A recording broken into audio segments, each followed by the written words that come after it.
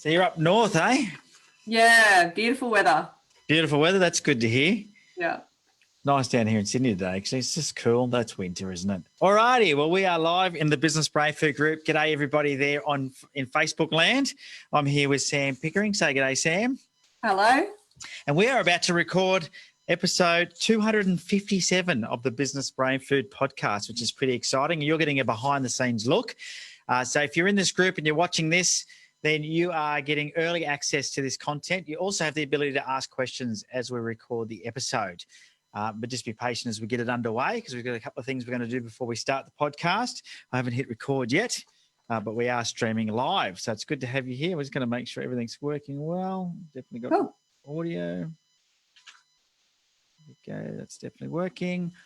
All good. Okay, so what I'm going to get you to do, Sam, is you're going to do the pre-intro. I don't know if you've ever heard this on a radio show before or something where you're going to say, hi, this is Sam Pickering, and then your little 10-second elevator pitch about yourself, and then you're going to say you're listening to the Business Brain Food podcast. Are you able to do that? Okay, I'll give it my best Leo DiCaprio impersonation. Remember those lines? Hi, my name's Samantha Pickering, and I am here to speak about a little bit about sales and a little bit about my entrepreneurial journey and how I feel that compassion and creativity is what helps to create that. So you're listening to the Business Brain Food podcast. Welcome. Good stuff. We'll give that another go. That was a good rehearsal. All right, you ready? Do it again. All right. I'm Samantha Pickering and welcome to the Business Brain Food podcast. I'm here today to speak about my entrepreneurial journey and the value of compassion and creativity in that entrepreneurial ride. All right, that'll do. Cool. So I'm going to do my intro now. Just sit there. It'll make sense when to come in. You'll get it worked out. G'day, James. You remember doing that as well, buddy, being put on the spot? So James is live in the Facebook group and he's commenting because he's been a previous guest. And he's just put a big LOL and said, I remember being put on the spot like that. Yes, we like to get those little because it's the first thing they hear when they hit play on the podcast is they hear you doing that intro. All righty. So just sit quietly and then you'll make sense when to come on. And then at the end, you'll hear me do the outro as well where you'll just sit quietly, okay? So we're going to go for about 30 minutes. At the end of that, I'll sort of say, how can people find out more? That's when you can plug anything you like about your business. All right, let's do it. Well, welcome back to another episode of the Business Brain Food podcast. This, my friend, is the podcast that is 100% devoted to taking you and your business to the next level. And the good news is, doesn't matter whether you're just brand new to this business, thinks maybe you're just scratching that entrepreneurial itch, or maybe you're like myself and you've been in business for a long, long time and you got the scars and the wounds to prove it. No matter what, there is always something new we can do to take our business to the next level. And today is absolutely no different.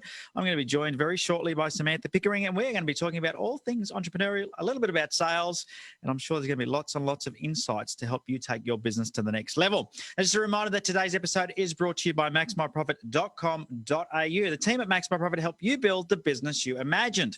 So if you imagined having a business that was, I don't know, a little bit more fun to run, gave you the time and money and freedom to do the things you love in life, but instead you've got something that's like a big ball and chain that keeps you up at night wondering how you're going to pay your next bill, then you need to talk to the team at maxmyprofit.com.au. The team there will help you understand how to build your business so it works without you. maxmyprofit.com.au. Now, if you do enjoy the podcast, please leave an honest review or rating in your favorite podcast player. And if you're watching this live in Facebook land right now, then you are one of the lucky ones getting early access to this content. So if you're not watching this live and you're listening to this as a recorded podcast, you can join the Facebook group. Just look for Business Brain Food. We'll let you in as long as you answer the questions. We're pretty cool in there. There's over 1,000 entrepreneurs in there having a good old chat, and you are missing out. So please jump in there and come and check out what's going on in the Business Brain Food group.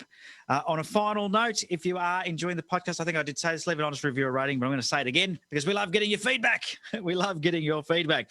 All right, so today's guest, Samantha Pickering. Sam believes there are two main ingredients that she's relied on to build her businesses: compassion and creativity. She's very, very creative. I've seen some of her artworks. Very, very creative. Both of these skill sets require a willingness to be vulnerable, to get it wrong, and to keep trying. She's here with us today to share her story on how her life lessons have helped her develop these skills. Welcome to the show, Sam. Thank you. Thank you for having me. Hey, my absolute pleasure. Thank you for being here. We love having people like you on the show to hear a bit about your journey. Why don't you take us way back when? When did you start your first business? Oh, the very first one would be the art that you just pertained to. So that was, I think, about 2016, it might have been, that I first started that one. So yeah, that was interesting. It was obviously retail, so e-commerce, all online. I didn't have a storefront. And so that was a very different style of business to the one that I'm in now, but it was a really great learning experience. Extreme curve, but a great learning experience, learning about the numbers and how to market, because my strength is in sales, and there's often an assumption that sales and marketing are the same thing, but they're very different, and they take very different yeah, they are very different skill sets. And with e-commerce, you've got to rely so much on marketing because you really don't get to have the sales conversation. Yeah. So, it's very, isn't it? Absolutely. And you coming from a sales background, did you find that difficult, having to work that out, how to sell online? I did find it difficult. What I found time consuming, like how much time has to go into creating content. That is huge. I spent more time creating content than I did creating the actual pieces. So incredible. And when you were at school, is that something that you thought, I'm going to be an artist? Is that something you always did, always loved? No, I flunked art class. Really? Yeah, no, definitely did not think that was on my path. I did always enjoy marketing though. Yeah. So I think that's the thing that drew me to it. I just was like, I just want to start a business, any business, whatever. Like, what can I throw my hat in the ring at? So yeah, really? Okay. So that was where it started. So did you have entrepreneurial parents, or where did this flair come from? Oh, I actually, if you want to count businesses for the very first business, when I was in primary school, I used to sell bugs. So you saw bugs? Yeah. So I used to catch we had these specific caterpillars that made these very pretty chrysalis. They were shiny, like an oily shiny color.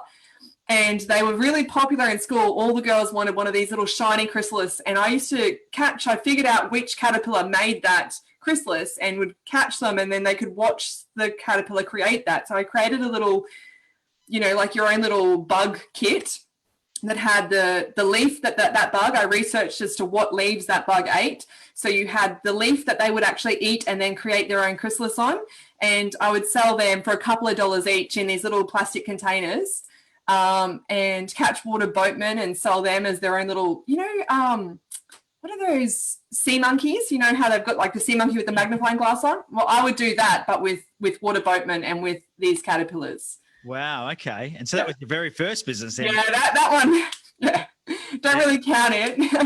Have you got many entrepreneurs in the family, or? No, I don't. But my parents supported me and encouraged that a lot, because because they saw what I was doing with the water boatmen and the caterpillars, they then helped me do the same thing with budgies.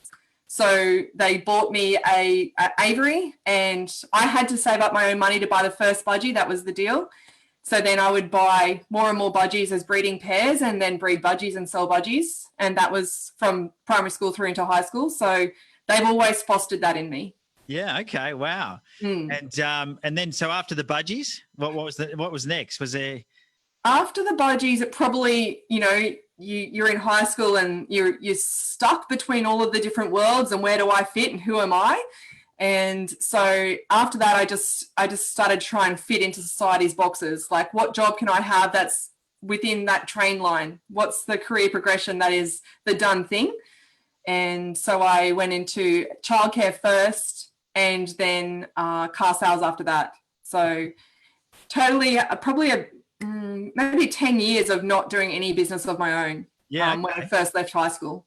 So it's interesting, car sales. Tell us a bit about that role. I mean, you must have seen and learned a lot through that process of selling cars for many years. Yeah. What were some of the key things you learned about, business in that role there?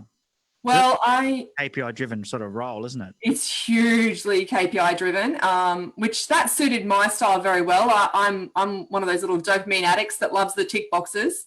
But one of the ways that I learnt when they very first hired me as an apprentice in that I got to go through all of the different phases of the business. So they first put me into the customer relations role. So I got to hear all the feedback. And that's why I smiled this before when you said about, I want to hear your feedback, because that's where my journey in sales started, hearing all the customer complaints so that I knew all the things not to do. Yeah. That was the best. I think that was the most ingenious way of training me in sales that anybody could have ever thought of. Put them in the complaints department first, and then you learn from everybody else's mistakes. Yeah. What sort of complaints did you get most often? That people didn't listen to them. That was a big one. That they didn't feel remembered. They didn't feel remembered. Like when they picked up the phone and they called, they're like, because you speak to so many people in a day, if you need to be able to remember their child's name and their car's color and all of their experience, that's really important to them. And if you just made one mistake and called them John instead of Jack or something like that, then they felt like, well, of course they didn't really care about me because they got my name wrong, or little things like that break connection. They were the most common complaints, believe it or not. Wow.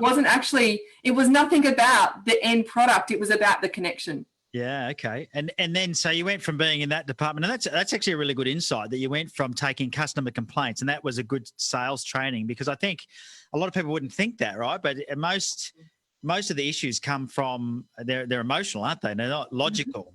Yep. So yeah.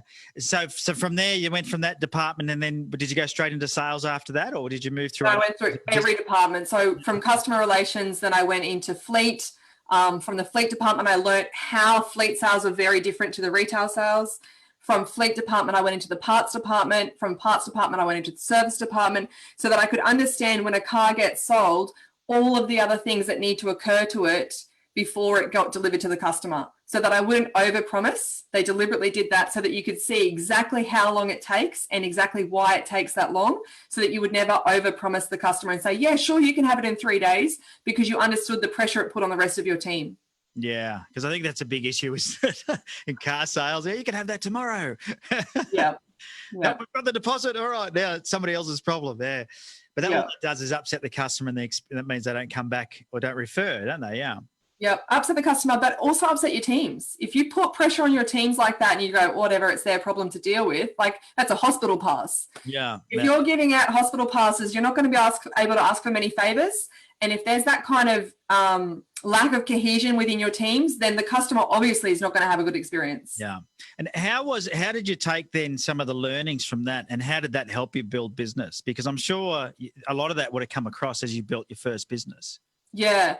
It definitely, the empathy part was my favorite, because in the customer relations, in hearing the concerns of the clients, and then in being in the space of the service department, the parts department, I got to understand to real depth the empathy of how it feels for everybody else, and the operational piece. So there's the two pieces there. Is one's the empathy and understanding what it looks like from everybody else's perception, and the other is operational. So operations wise, what is it that I need to consider in my business to make sure that all the pieces align to get that end product that the client needs? Yeah.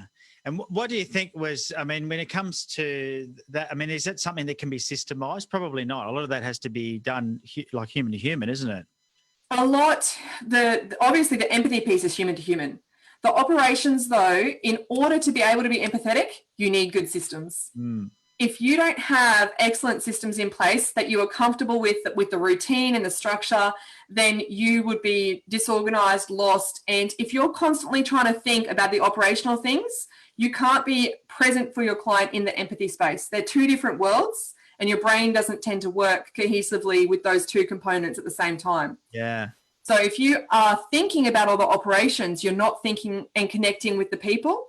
So if you have a system that works so well that the other parts are automated, all the things that can be automated are automated, that frees you up to be able to connect with the clients, and that's what they really want. Yeah. And how did you go translating that to an online business? Because obviously online you don't get that human to human interaction, which you would have had, been able to rely upon so much before. What did you find you had to do to make up for that when you went online? You had to really look at the customer journey. So still, even if you're not with the person, there's you had to look at the customer journey. So what is the first touch point? And touch points is something that we talk about in sales, but also in marketing. So how many touch points are there? what do those touch points look like? What do they feel like for the client from their point of view, not from your point of view? And writing with your content, writing content that resonates with them so they feel like you're speaking directly to them and as if you are in a sales conversation. But just because you're not there doesn't mean you're not speaking to them as if you are. Yeah. So your marketing is a sales conversation, but just without you present. Yeah. And so what's led you from, I mean, you've got your online shop and that's still there. What's led you then going into other fields? Why haven't you persisted with that? What is it? Well, it's funny. It's the lack of human connection. Yeah. Because I couldn't see people. I was like, I want to be able to speak to people. I want to be able to engage with people. That's the thing. Like I want to be able to help people overcome those challenges. And I know how many times I spent pulling my hair out and crying at night with how hard it was. And I was like, oh, what I would really love is to help people have relief in that space. And so that's why I moved over to a business where I could engage with people more, where I could speak with them about what their challenges are, help them, move those blocks with coaching, coach them through those issues.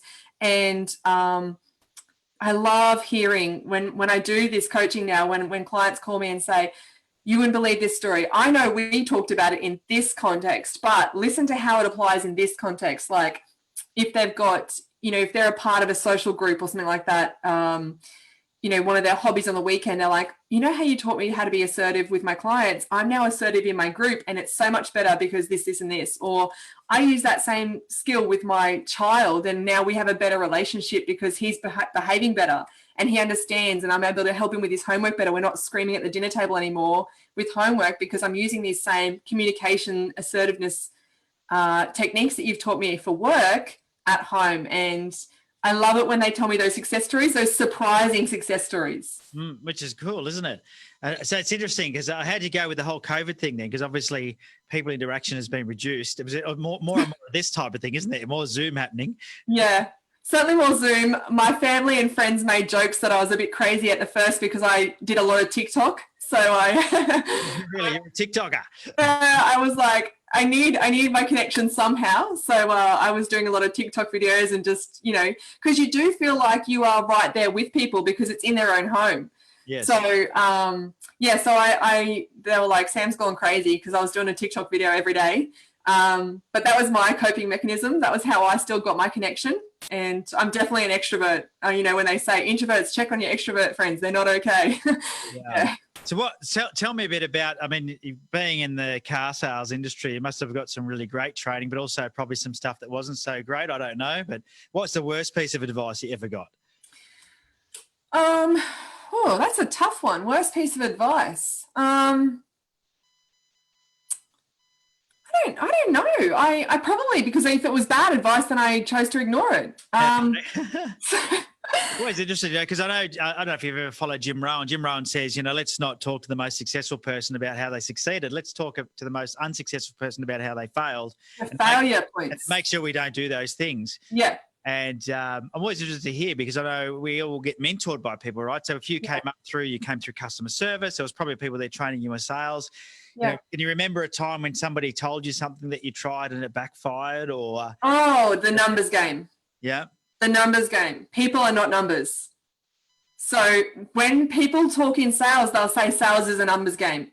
And that is something that I am completely against. While I am KPI driven, while I love looking at conversion ratios and statistics and what are the analytics of this and are we on the right track and what can we do differently so that we get a better outcome, I definitely look at all the numbers and the analytics and that logical brain side of things, but I will never subscribe to the sales is a numbers game because people are who are purchasing the product and people are not numbers. Yeah. Never, ever assign a number to a person. If you assign a number and say, that's okay, the whole, if every 10 no's, I'm closer to a yes.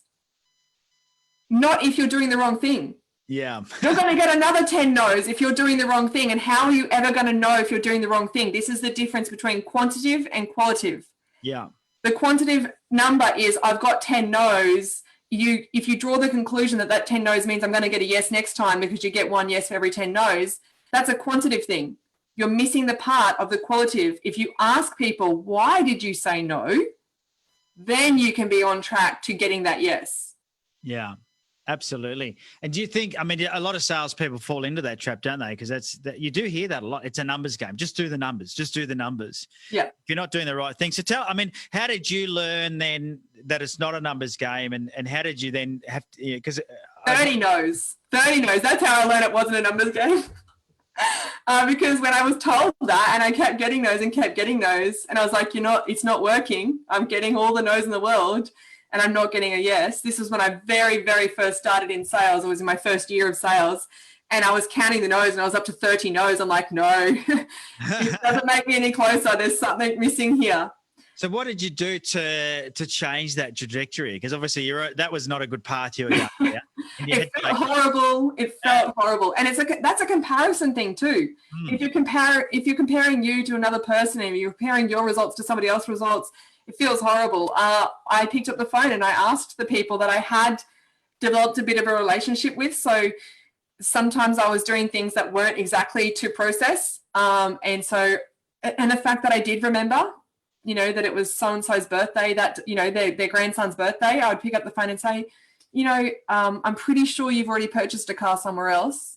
I'm pretty sure that's a no for me, but that's okay. I just was wanting to call because I remembered it was Jack's birthday this weekend. Just wanted to ask how that's going. And if you've got plans, maybe you're all going to go out for a trip in the new car for the birthday. And they'd be like, oh, we do. Yes, we do have a new car and it is Jack's birthday. Thank you so much for remembering. If you've already assumed that we've purchased the car, why are you calling? And I was like, well, I wanted to congratulate you because I know still purchasing a car is a great experience and you deserve to feel happy about that. But I also just wanted to ask, is there something I could have done differently for you? And if you've started the conversation about the conversation that you've already had and how you connected with the people and you relate to them and show them that you cared about them as a person, and then ask that one thing, they were always willing to give you that, and softly. They're not going to say that harshly. They were saying, well, if you'd have done this, well, actually, it turns out, this one example, this customer that I think of every time, well, we wanted a hatch, and we didn't know you could get a hatch in your version, but in this car there was a hatch, so we saw the sedan of the hatch, we could end up with the hatch. And I was like, oh, all along we were talking about a sedan, but in the vehicle that I was selling, the sedan was called, then the hatch were called completely different names, same engine, same chassis, different names. So it was like, for a customer, of course they wouldn't have understood that we had a hatch that met their needs. I didn't ask the right question. It was a discovery piece that I missed. And so then I understood then how important that discovery is. And I spent more time on the discovery then because of what I learned from what those customers shared with me. Yeah, what a great insight, though, to go back and ask people why they didn't buy from you. And I think not enough salespeople are game enough to do that. I think that, if you take that time out, you can learn a lot from it, can't you? You can definitely learn a lot from it. So how did that, what you're talking about there is now starting to really connect with your customer. And we talked about the fact that they say it's a numbers game and it's KPI driven, and it is, right? There's targets and businesses have got to make money, but all that other stuff takes a fair bit of time. How do you balance that? How do you make sure you get the balance right? So I think that you're very right. It's a very fine line there. You do have to have the balance of connecting with the people, but then being willing to ask the question. And that comes down to what I would class as social awareness and self-awareness. So if you've got the awareness of self that, okay, I have met my needs with regards to listening to the client, I have really gone through the process. So having that structure that I mentioned before, that you've got to have those systems in place. If you know that confidently that you're following the systems, but you're doing it in a way that resonates and you're speaking language that makes them feel like a real person, then when you've gone through the process and the structure, you've gotten to a logical progression that it's like, okay, what's next? And I find a lot of the time, if you ask them what's next, they're like, well, we want to buy the car. When you've taken that process, you've done all the steps, and you've got to follow those steps properly. Don't skip a step. Follow all the steps, know the steps like the back of your hand, have the self-awareness that you've taken all those steps, the social awareness to observe the body cues that are saying we are ready to progress, then you have earned the right to ask the question. And then you ask the question, what's the next step from here? They will say to you, I want to buy the car. Yeah. Yeah, so important. Now, today you're now working on training people in sales. Mm-hmm. So you've gone the full circle of selling yourself. And it's a good, learn, do, teach is a really good, I guess a path to follow, isn't it? Anything, learn, do it, and then teach it. Because then you can at least talk from experience and empathise with those. What do you think has been the biggest challenge for people with sales? I mean, I know a lot of people just go, just teach me how to sell, but it's not that simple, is it? Rejection. Yeah. The biggest challenge for people with sales is rejection. And that's if they're not taking it personally as in a personal rejection, like they don't like me, they haven't purchased because they don't like me. It can also be, I've not done a good enough job. So having that rejection being afraid of that rejection is what takes people out of the moment. Instead of thinking about how am I serving my client here and being present for them, they're thinking about what's my boss going to say if this doesn't turn into a sale. They're thinking about how am I going to pay for the bills this week if I don't earn commissions this month. Whatever all those fears are of the fear of failure and that rejection piece, because there is 10 no's to every one yes. Like in sales, I will say one thing that helped me in that space was David Attenborough, and he talks about how predators, the ant is the only predator that doesn't have a 10-to-1. So cheetahs and lions and any animal that is a predatory animal, they usually have a 10-to-1 stat themselves. So they will hunt and miss their prey 10 times to every one catch. The only animal that doesn't is the ant, and it's because they work as a team. So that was what I found. The biggest challenge is the rejection, which is disconnection from their clients and from themselves. So how do you balance disconnection with connection from the right places from your team? If you can trust that you can always get that connection piece from your team, then when you get the rejection and the disconnection from your clients and you get rejection and disconnection from yourself, you can go and get connection from your team who's there to support you. And that's how you improve your 10-to-1 ratio as well. The same as in nature, how you can improve it by working as a team like ants do, then you can do the same thing in sales. Yeah, fabulous. That's a good insight. How did you go then from, you've gone from selling cars, starting your own online business as an artist, basically, I think, which is limited to your time, I guess, available to paint. Yeah. But you decided to go onto online business and now you're in sales training. So it's quite a diverse, like you've gone down a winding road there of careers. What led you down to that path? Was that people asking you for help in sales or? Yeah, it was. It was people who knew my background in sales and because when I was a general sales manager, it was my role to train my team. And so my team had a really good reputation and because they were able to sell well and they were asked, how come you can sell so well? And they're like, this is what Sam taught us. So then they were like, well, can you come and help teach us? We've heard from asking all these people that this is what you taught them. How did you know what you taught them? Can you teach it to mine? So, for example, in computer industries, so IT, but any accountants, environmental services, all those professional services spaces that tend to be very technical orientated, they're very theoretical, very intelligent, which is a very different style to then the connection piece of sales. And usually you don't get people that are both sides of the coin. So then those businesses were saying to me, we've worked with you because we've bought cars from you. We know that you're good at sales. Can you come and help us be good at sales in our businesses? Yeah. Okay. Yeah. It's quite a transition, isn't it, really, from an online store and you're creating the art and then selling the art online to now training people in sales. What, for people that are struggling with their sales, what do you advise them to do? I mean, you talked about before, people struggling with and fear of that rejection because they can't pay their bills and whatever. And that's going on. There's a lot of people in that situation where they're not getting the sales, they're not meeting their quotas, whether it's in their own business or working for somebody else. Should they just stop and then take stock and restart somehow? I mean, how do they go about fixing that problem? I mean, yeah. So that's where the answer, what I will say here is empathy. So you need to have empathy for yourself in the space you're in. So it's okay, I acknowledge that this is quite stressful for me. I acknowledge that this is what it's feeling like, and you acknowledge all that space and give yourself that empathy. Then have empathy for your clients. How does it feel for them when I come to them with my stresses and worries and try to make them make a purchase to suit my needs? How can I then take my fears out of it and then enter into a conversation that is just about them and put my focus on them rather than on me?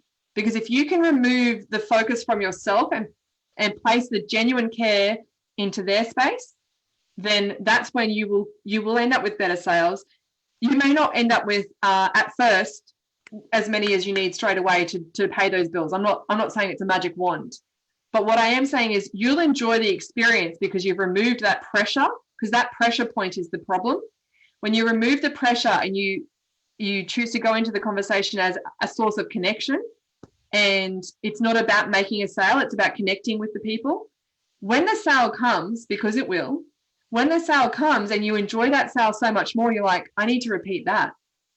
And then you've learnt the skill and you start practicing the skill and you repeat over and over and over again that connection, then you get better sales. You enjoy your job more. They enjoy their sales experience more.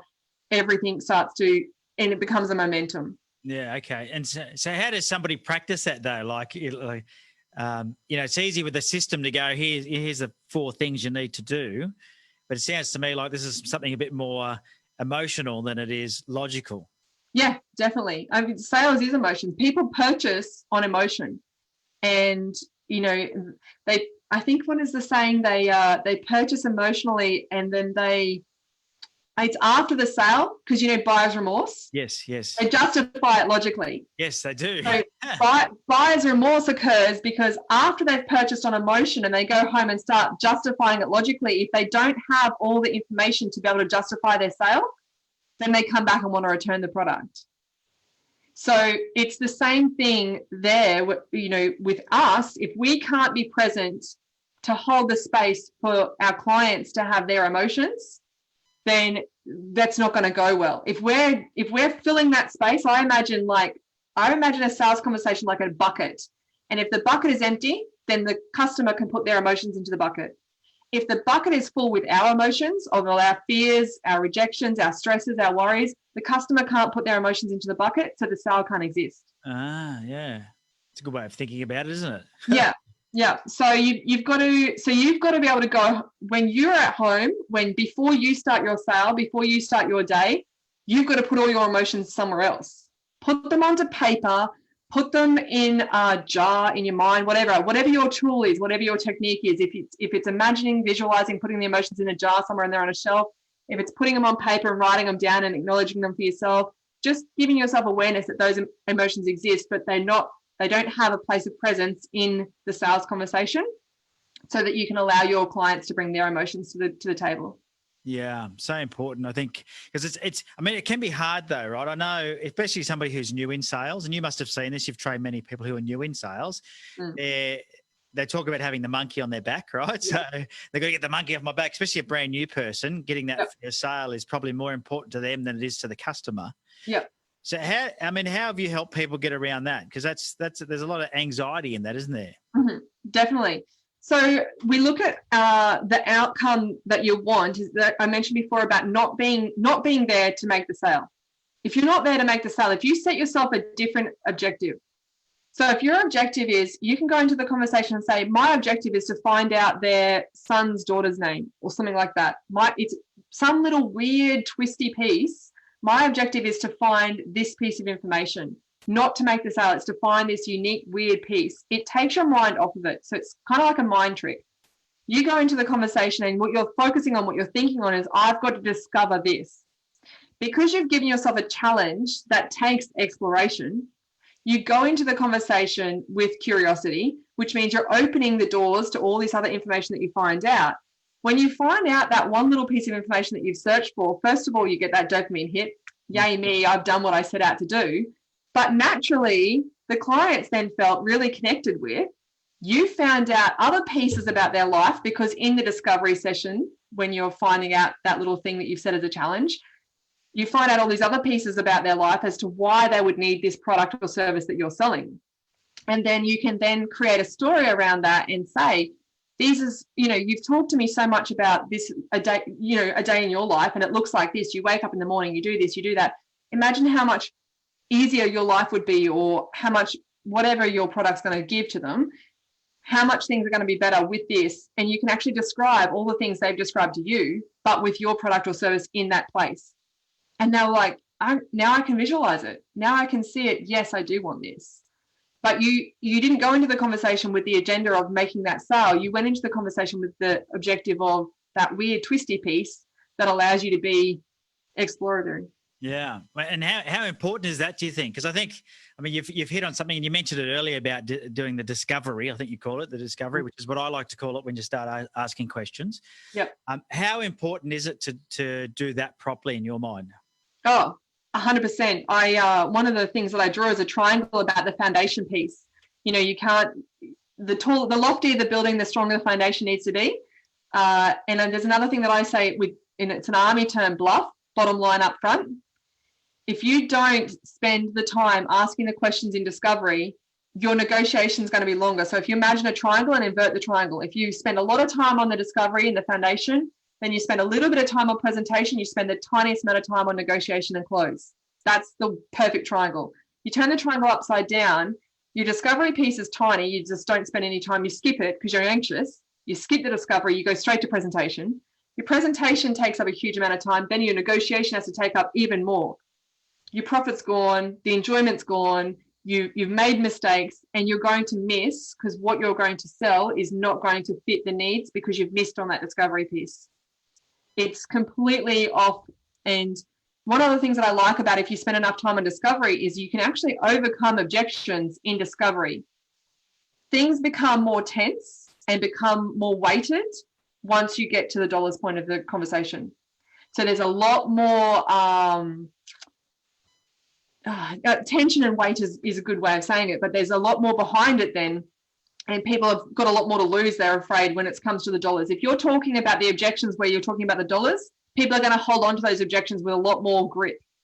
If you're talking about the objections when you're in curiosity and discovery, there's more fluidity, they're more open, they're more willing to move on those objections, and they're more suggestible. Yeah. So in the discovery piece, people are suggestible. In the negotiation piece, they're already in conclusion. Yeah, that's a good way. That's a good distinction, because in that negotiation, there is definitely going to be more tension, isn't there? Yep. I feel that myself when I'm in a sales meeting, that if they can get everything out in the, of me during the chat, that's when you're just sort of more kicked back and laid back about things, aren't you? But when you do start talking about dollars, you really want to fight for the best deal, and everyone wants the best deal. The salesperson wants the best deal. The buyer wants the best deal. And there can only be tears or smiles, Everyone can be smiling, everyone can be crying. If you do the discovery right, it's win-win. Yeah. So are there certain things, do you have like a set process you teach people to go into a sales meeting, or something like a step-by-step process to really get them clear? How do you make sure that you stay on track? Yeah, definitely. There's lots of different things that I teach. I mean, one of them's not even my own, but if you're looking for a very simple analogy, a simple acronym that people remember, in cars we talked ROAD. So it's relax, organize, agree, deliver. So that's what we talked in cars. But right. Well, that makes sense. Yeah, right. Yeah.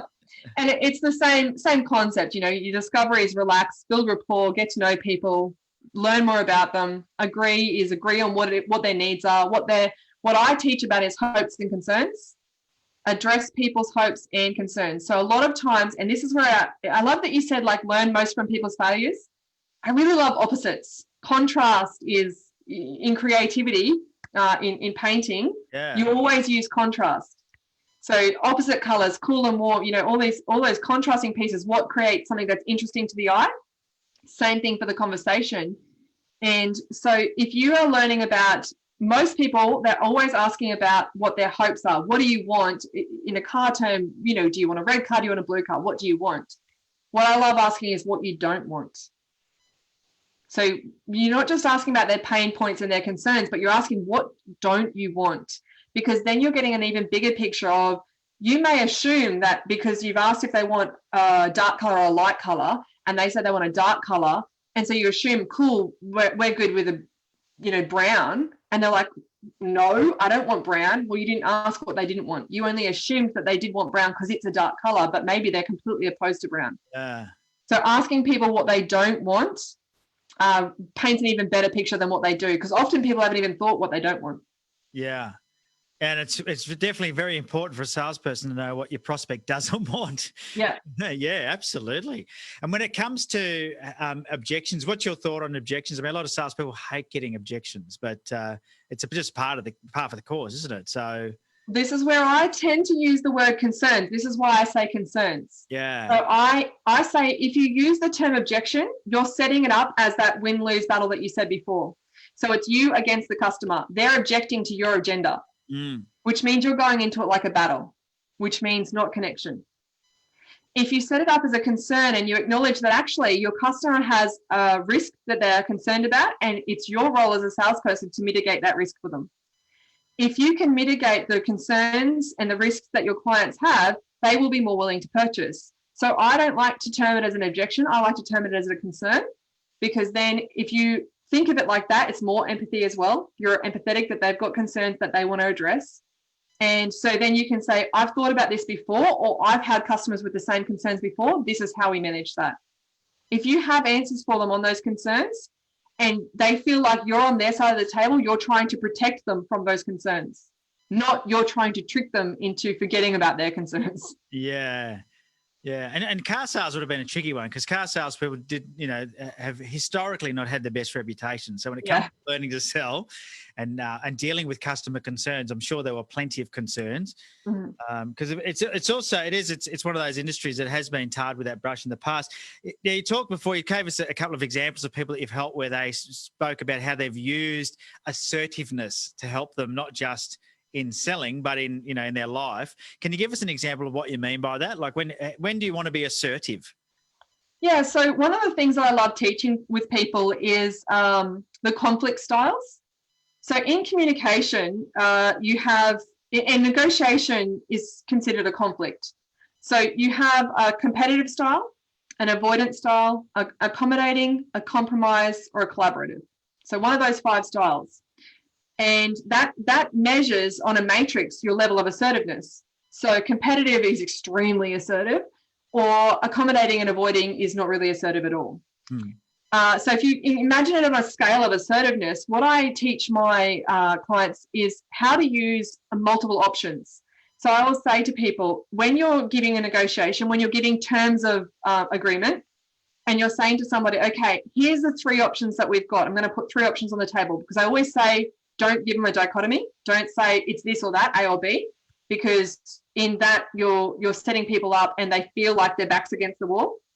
So always give 3 options. And I say to people, consider the categories of this conflict styles. So your first option that you want to give to people is a little bit more accommodating. So we can accommodate you by this, and whatever your example is there, point 1 as an option. Point 2, we would like to be able to compromise. So if we compromise here on, sometimes it's not even on price, but it's on what you might be offering. And if you can compromise for us there, we think that's a fair compromise. That's option 2. Or option 3, and we really don't want to get to option 3. Option 3 is conflict. Option 3 is, this is how it is, and it's neither of us. It's the lose-lose. So we've got the middle is the win-win, the first is the win-lose, the last is the lose-lose. So if you give people those 3 options, considering those styles, then people are going to be more willing to take option 1 or 2. So that's how I teach people to be assertive, is by, it's a scale of assertiveness. You give people options, you consider, how assertive is this option that I'm giving? Is it competitive? Is it going to encourage conflict, or is it going to encourage cooperation? Yeah, lots of things to think about, isn't there, when it comes to the psychology of people buying and the emotions that they're going through when they buy. And especially, I mean, what did you find with car sales? I mean, I don't know, they say it's the second biggest asset people are going to buy.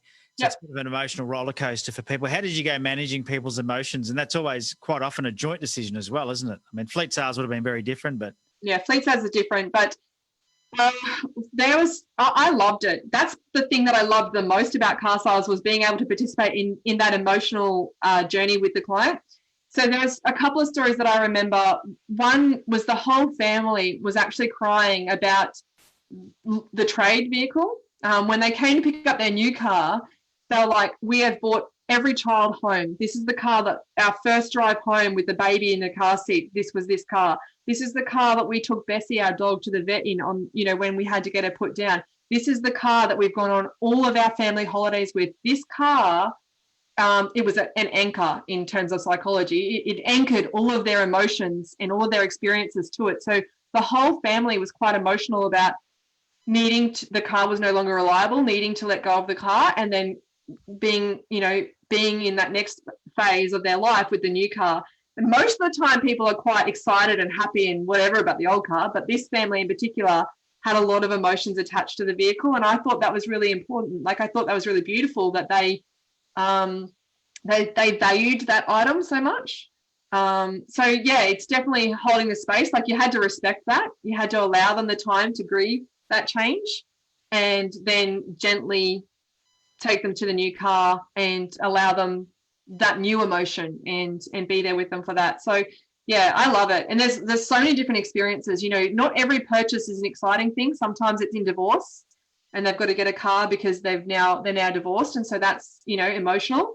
Sometimes it's for a child that's getting their license for the first time. All of the life experiences that are attached to a purchase of a vehicle, like you say, it's one of the second biggest purchases.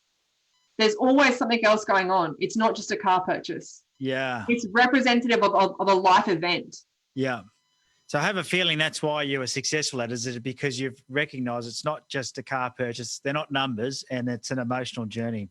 So good. Some really good insights there. I'm just mindful of time. I know we're just about out of time. So Sam, how can people get in contact with you if they want to catch up with you and find out more? Oh, definitely. LinkedIn's probably the best space. I'm most active on LinkedIn. I do have Facebook as well. So Samantha Pickering is on LinkedIn.